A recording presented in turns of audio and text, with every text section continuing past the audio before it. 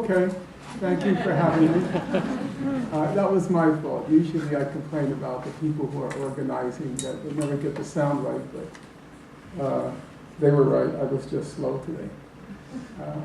Well, thank you for having me. It's a beautiful, beautiful campus. As I was walking from one end to another, it dawned on me that this campus is bigger than the West Bank and Gaza combined. So it puts at least the topographical scope of the conflict in a different perspective when you come to this university campus. Okay, we're having a little problem with the sound. Can you make it louder? You want me to raise this, okay? If you hear me fine in the back row, raise your hands. If you don't, you hear me fine. Okay. So it may be the middle section, so you maybe want to move to the back.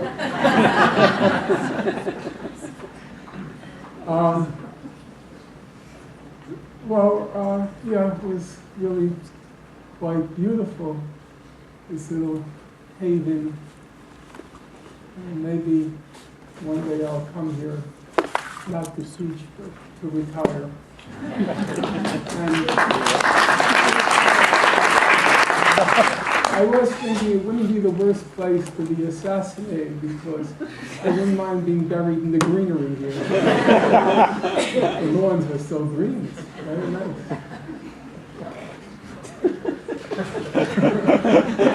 Is that morbid? A little bit, just a little. I think the most morbid thought is if life went on through eternity. It just never ends. I used to tell my students the idea of getting up each morning and realizing I'm still an adjunct for 1 billion years. I'd rather die. The topic I'll be speaking on this evening is something I don't usually speak on. My tendency in the past, or my preference in the past, has been to just go through the documentary record and try to clarify where the truth is in this morass of facts and unfortunately predominantly fictions that we're bombarded with. But this past year, obviously everybody in this room recognizes there have been some major developments, both regionally in the Arab world, but also more broadly across the globe, which means, or might mean, that the prospects are perhaps now better than ever, which might not be saying much, but still better than ever, to achieve a just resolution of the conflict. And a kind of obligation, or I felt a kind of obligation, both myself and somebody who has been involved with me in the Palestine cause for the past 3 decades, we thought it was now time to put forth a reasonable proposal how to solve the conflict and also how to achieve that agenda. And so now, or this evening, I'll also be speaking at some length at what it seems to me is the only reasonable basis for resolving the conflict and how one goes about achieving the kind of proposal that myself and my co-author, Muin Rabbani, will be putting forth in print, hopefully in the near future. Well, let me begin with those developments which make the possibilities of achieving a resolution of the conflict more plausible.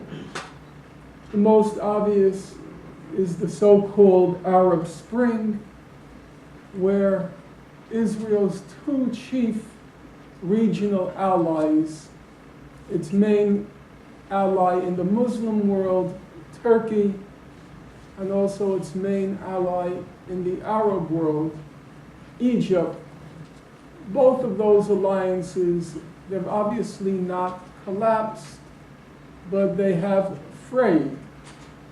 And one index of these loosening, or this loosening of the alliances, one index is that both governments, mostly because of popular pressure, both the Turkish government and the Egyptian government are feeling a lot of popular pressure to do something in defense of the Palestinians.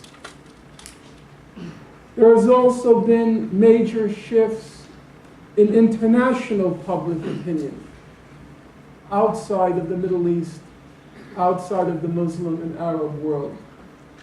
In particular, if you look at the poll data in places like Europe, and also globally, not just Europe, Israel is typically ranked, depending on the year, it's typically ranked along with Iran, North Korea, and Pakistan as having the most negative impact on world politics. Even in countries where the Israel lobby is very powerful, countries where the Israel lobby exploits the Nazi Holocaust and exploits what they call the new anti-Semitism, even in those countries, and here I have in mind Canada, Australia, France, Germany, and the UK. Even in those countries, if you look at the polls of public opinion, they have turned sharply against Israel. They indicate, among other things, in places like Australia, Canada, and Germany, they indicate how out of step the official government positions are with that of popular opinion. And then there have been significant shifts in American public opinion.